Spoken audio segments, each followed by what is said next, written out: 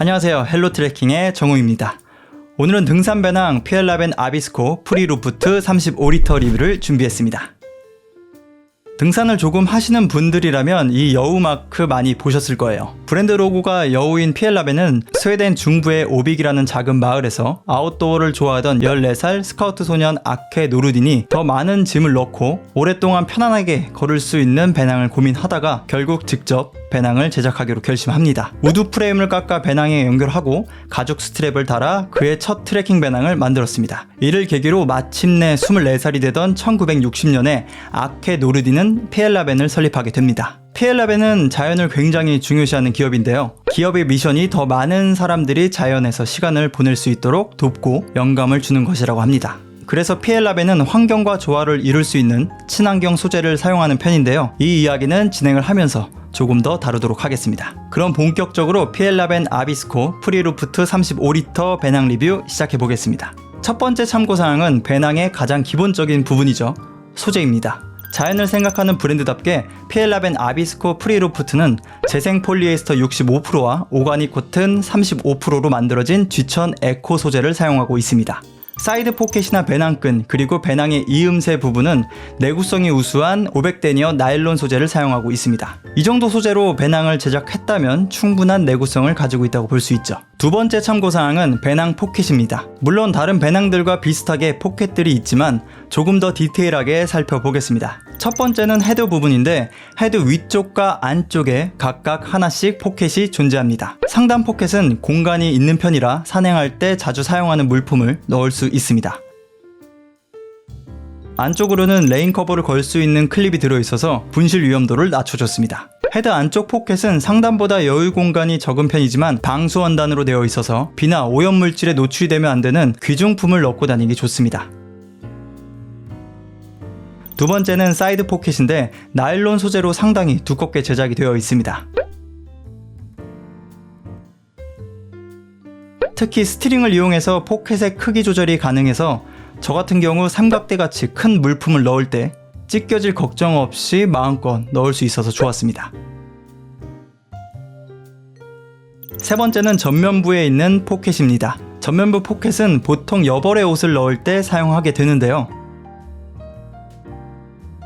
아비스코 프리루프트는 전면부 포켓이 메인 포켓과 최대한 간섭이 일어나지 않게 설계가 되었습니다. 그래서 배낭 메인 포켓이 꽉 차도 옷을 넣는데 불편함이 적은 편이죠. 마지막으로 힙벨트 포켓인데 초코바 4개에서 5개는 충분히 들어갈 만한 크기로 양쪽에 달려 있습니다.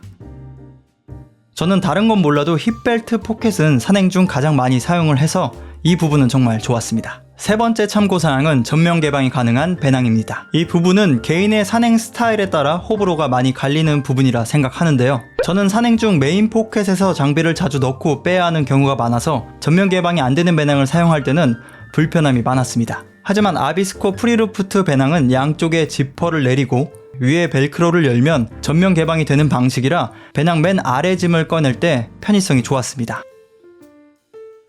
물론 이런 식의 디자인은 방수에 대한 취약점과 짐을 많이 넣었을 때 지퍼의 손상과 같은 내구성 문제도 발생할 수 있습니다. 그래서 이 부분은 개인의 산행 스타일을 고려해서 참고하시길 바랍니다. 네 번째 참고사항은 메쉬형 등판입니다. 아비스코 프리루프트 뒤쪽 패널을 보면 공기가 잘 통할 수 있게 메쉬로 설계가 되어 있습니다. 저는 등에 땀이 많은 편이라 일반적인 배낭은 너무 더워서 메쉬 패널이 있는 배낭을 선택했는데요. 확실히 전보다 땀이 덜 차고 시원했습니다. 특히 산행 중에 바람이 불면 등으로 공기가 바로 들어오기 때문에 저처럼 땀이 많으신 분들에게 추천드리고 싶습니다. 다만 이런 패널이 달린 배낭은 틀을 잡기 위한 프레임이 들어가기 때문에 무게가 무거워진다는 단점이 있습니다.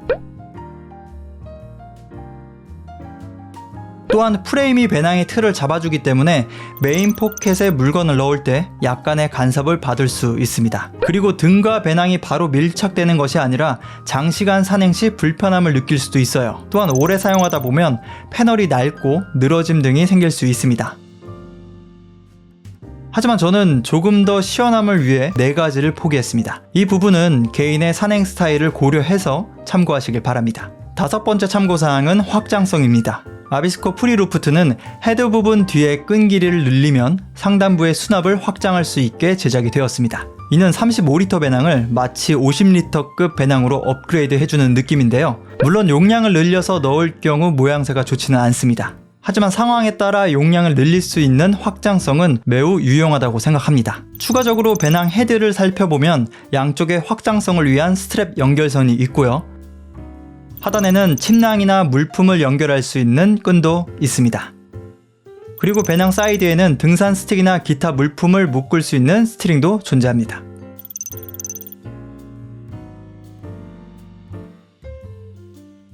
여섯 번째 참고사항은 허리벨트의 모양입니다. 아비스코 프리루프트의 허리벨트 모양은 가운데가 비어있는 특이한 모양을 가졌습니다. 보통 배낭을 멜 때 골반뼈는 허리벨트 중간에 위치하게 되는데요.